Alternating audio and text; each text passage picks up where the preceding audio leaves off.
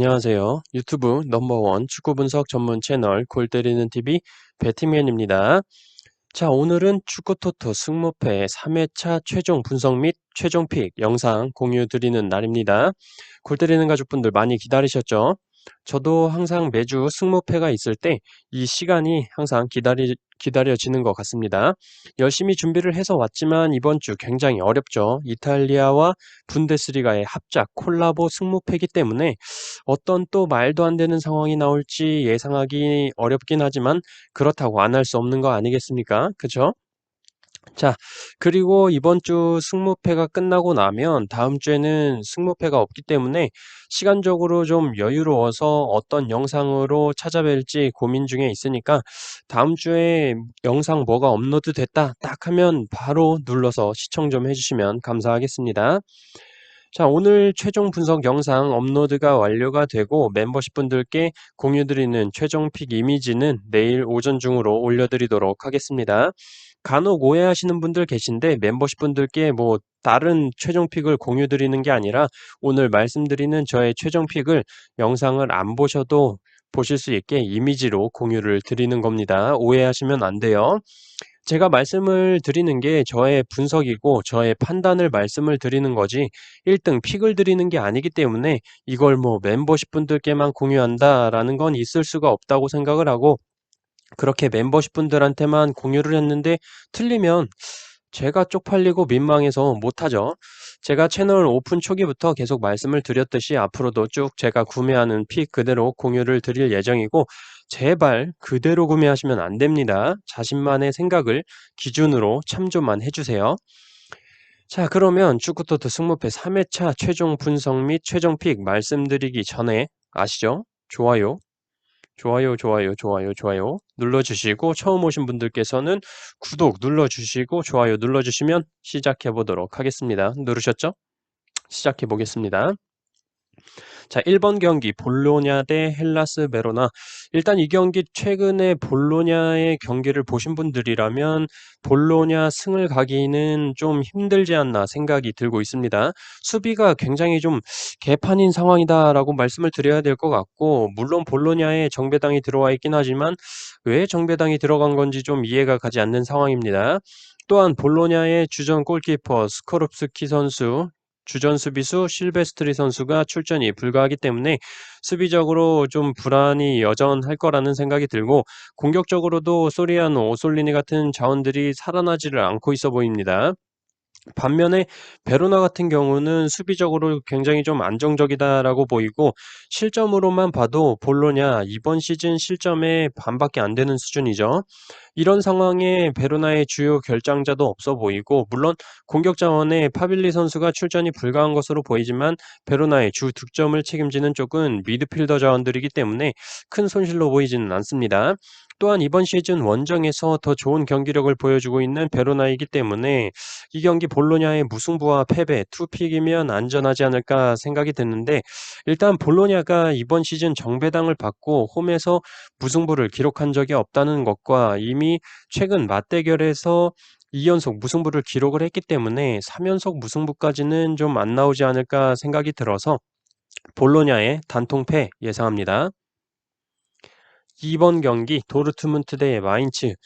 바로 전에 올린 영상에서도 배당도 나오기 전에 확정을 지었다고 말씀을 드린 경기 중에 하나입니다. 자, 다 같이 외쳐볼까요? 홀란드, 홀란드, 홀란드. 홀란드 믿고 가야 된다고 생각을 하고 있습니다. 지난 라이프치히와의 경기 보신 분들은 괴물 한 마리 보셨을 겁니다. 홀란드뿐만이 아니라 결장자 측면에서도 보면 뭐 악셀 비첼, 벨링엄, 토르강 아자르 같은 선수들이 출전이 불가한 것으로 나오는데 실질적으로 공격 포인트에 힘을 실어줄 자원들은 아니라고 보여지기 때문에 큰 손실로 보여지지는 않습니다. 상대팀 마인츠 뭐 팀에 대한 이야기는 안 해도 괜찮지 않을까 싶은 경기고 만약에 이 경기가 좀 부러지게 된다면 이거 맞추신 분들은 좀 점쟁이를 하셔야 되지 않을까, 신내림을 받아야 되지 않을까 생각을 하고 혹시라도 정말 혹시라도 무승부라도 나오지 않을까 좀 제가 생각을 해 봤는데 도르트문트가 이번 시즌 홈에서 6번의 정배당을 받고 4승 2패로 무승부를 기록한 적이 없고 맞대결 전적에서도 10번 중에 단 한 번 무승부를 기록했었기 때문에 '무승부는 없겠다.'라는 판단이 들었고 설마 패배라고 생각도 해 봤지만 '이 경기까지 의심하진 말자. 정신 차리자.'라는 생각이 들었습니다. 어쨌든 결론적으로 이 경기 저는 도르트문트의 단통승 예상합니다. 3번 경기 호펜하임 대 아르미니. 호펜하임 지난 샬케 원정 경기에서 4대0 대패를 기록을 했습니다. 깜짝 놀랐죠. 샬케가 이겨서 깜짝 놀란 건지 호펜하임이 대패를 해서 놀란 건지 아무튼 다들 놀라셨을 거라고 생각을 합니다.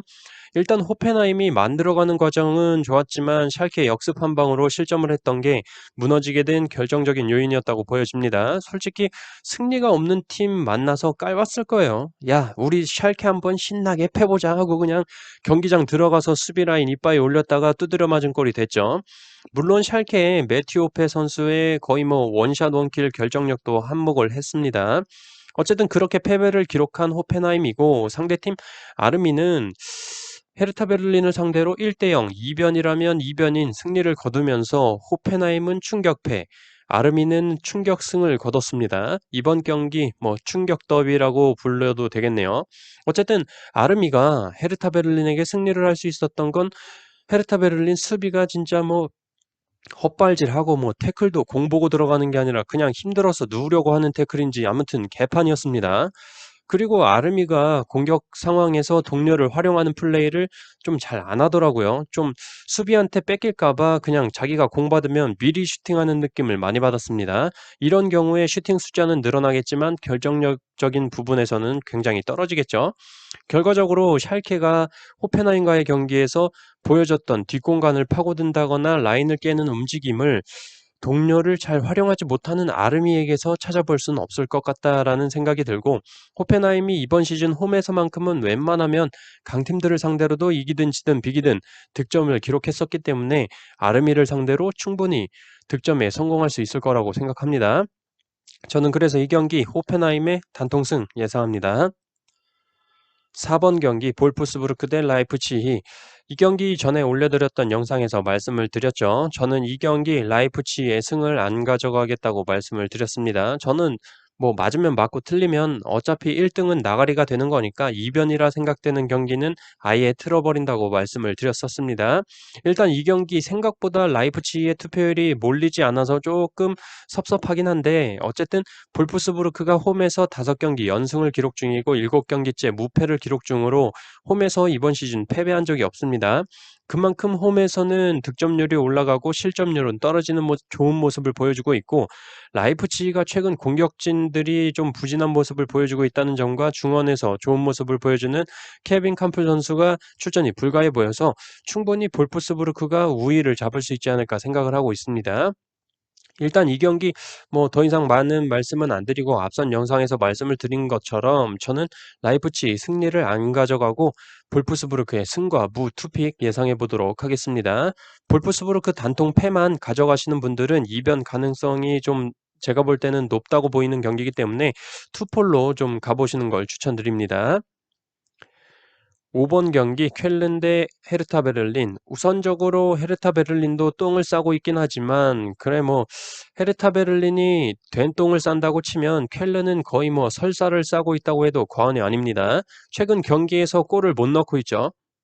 더군다나 공격 자원인 안데르손 선수도 출전이 불가해 보이기 때문에 헤르타 베를린이 지난 아르미와의 경기에서처럼 수비 실수를 졸라 한다고 해도 켈른이 골을 기록하기란 쉽지 않아 보입니다. 헤르타 베를린의 경우는 확실히 자원들은 좋은 것 같은데 경기마다 좀 기복이 심한 느낌이 들고 있어요. 켈른보다는 좋긴 한데 이번 경기에서 공격의 주축이라고 볼 수 있는 쿠냐 선수가 출전이 불가하기 때문에 화력이 좀 줄어들 거라고 보이긴 합니다만 코르도바 선수가 그날 컨디션만 좀 발딱 서준다면 충분히 골을 기록할 수 있지 않을까 생각합니다. 홈에서 8경기째 무승을 기록 중인 켈른을 상대로 원정에서 4경기째 무승을 기록 중인 헤르타 베를린이 우세한 경기를 펼치지 않을까 생각하고 있습니다.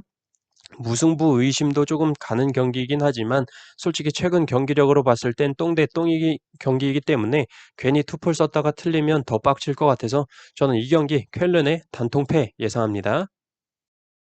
6번 경기 브레멘 대 아우크스부르크. 이 경기는 딱히 말씀드릴 게 없는 경기인데 솔직히 이 경기는 두 팀 색깔이 너무 비슷해서 한 팀 고르기가 좀 굉장히 힘든 것 같고 일단 양 팀 모두 선수비 역습을 경기를 펼치는 팀들이기 때문에 무승부는 좀 깔고 가야 되지 않을까 생각이 들고 있습니다.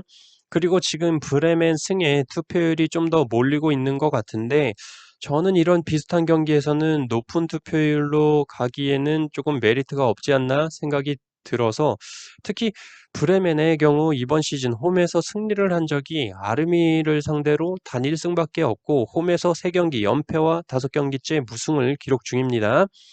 하지만 상대팀 아우크스부르크는 원정에서 더 잘하는 모습을 보여주고 있고 양팀 상대 전적상 무승부가 없기 때문에 무승부도 땡기긴 하는데 저는 이 경기 그냥 브레멘의 단통 패로 가보도록 하겠습니다. 7번 경기 토리노 대 스페치아.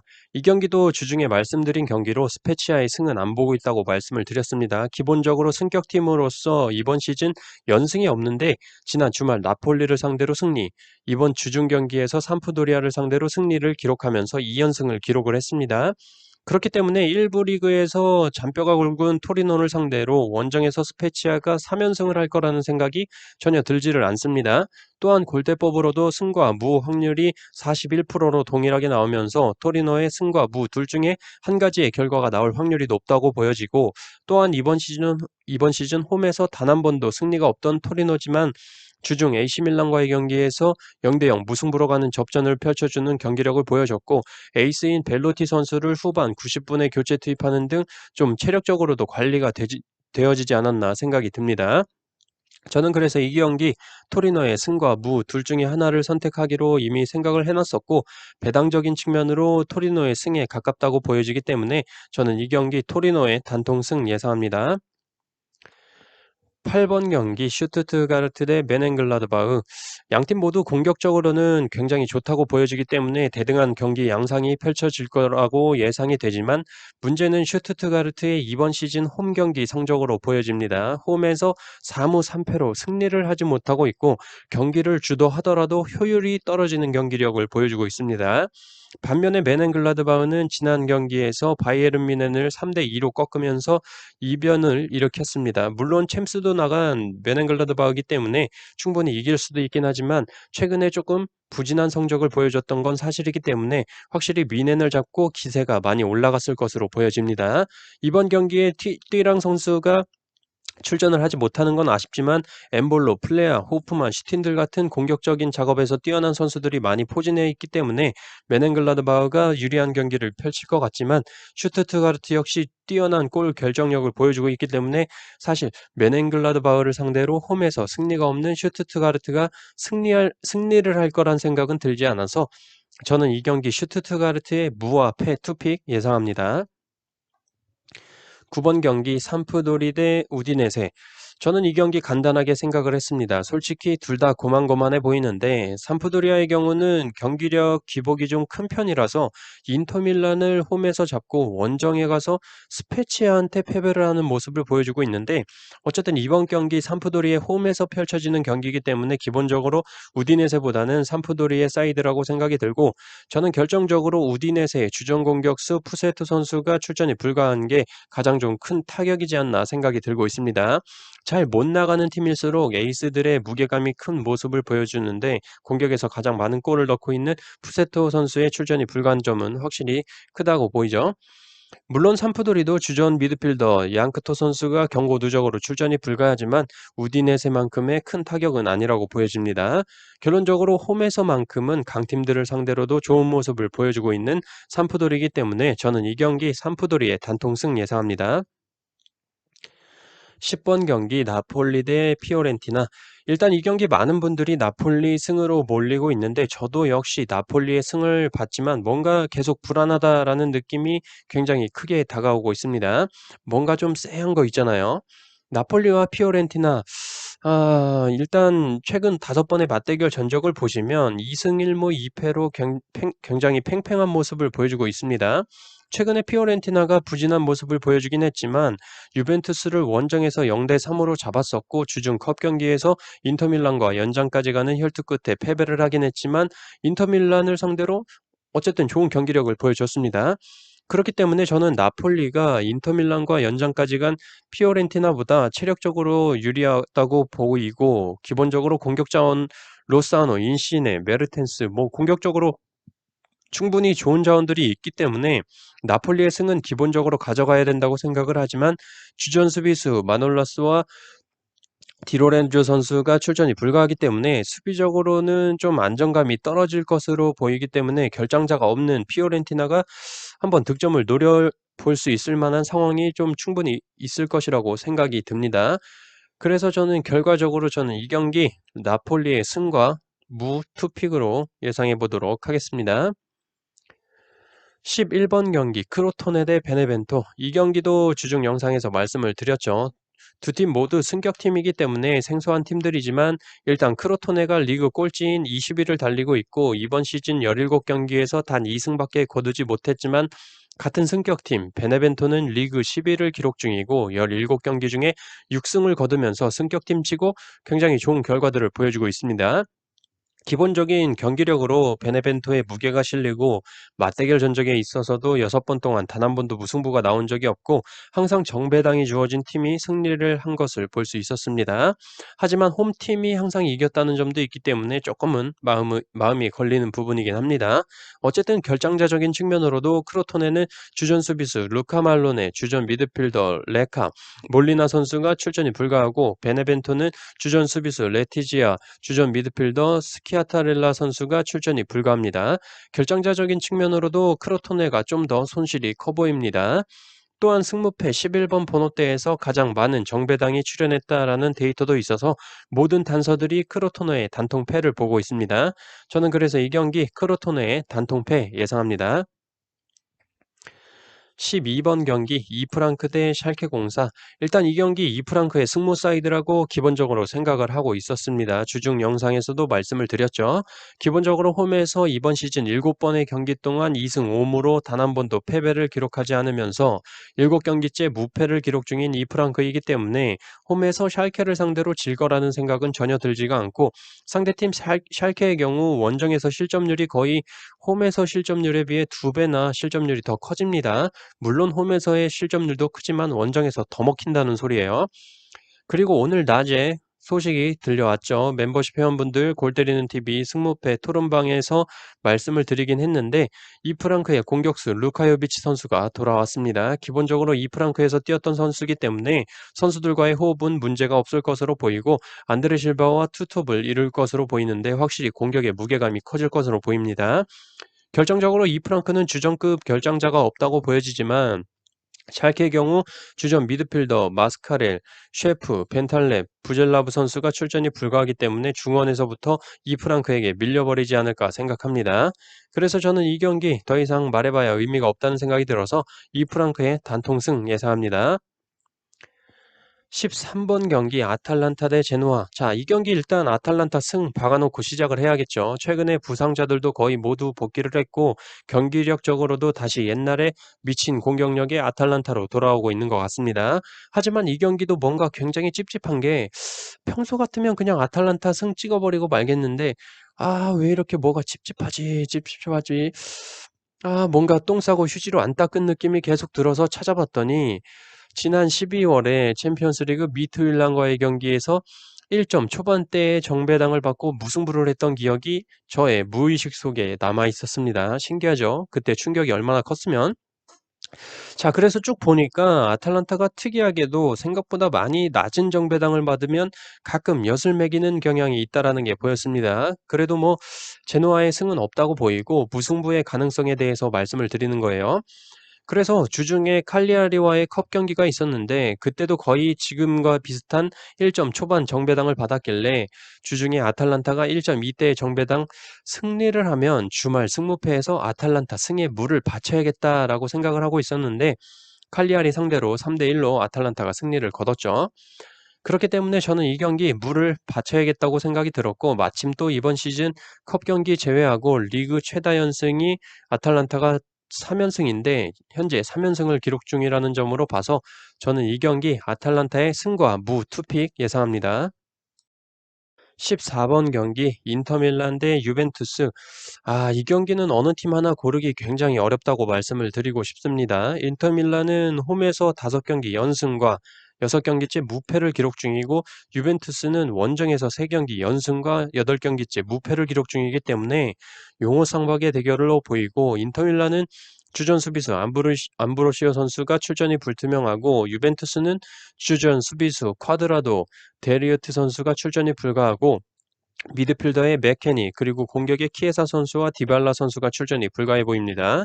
결정자적인 측면으로는 유벤투스의 손실이 커 보이기 때문에 인터밀란의 승도 보이지만 맞대결 전적상 패본 놈이 팬다고 유벤투스가 상대 전적에서는 앞서는 모습입니다. 또한 날강두 저의 유벤투스 직관 티켓값 50만 원을 먹고 튄 날강두 새끼가 꼭 어려운 상황에 골을 넣는 모습을 자주 보여주기 때문에 한쪽이 골을 넣는 순간 무게추가 기울어질 것으로 보여서 저는 이 경기 인터밀란의 승과 패 투픽으로 예상해 보도록 하겠습니다. 자, 이렇게 축구토토 승무패 3회차 최종 분석 및 최종 픽 말씀을 드렸습니다. 저의 최종 픽 항상 말씀드리듯이 그대로 따라가기보다는 자신의 주축 생각을 바탕으로 저의 픽 내용 들어보시고 이거 괜찮다 싶으신 거는 가져가셔서 자신만의 조합으로 자신만의 최종 픽을 만들어야 된다는 거 명심해 주시고 저는 다음 또 다른 영상으로 여러분들 찾아뵙도록 하겠습니다. 축구토토 승무패 3회차 골 때리는 가족분들의 당첨을 기원합니다. 이상입니다.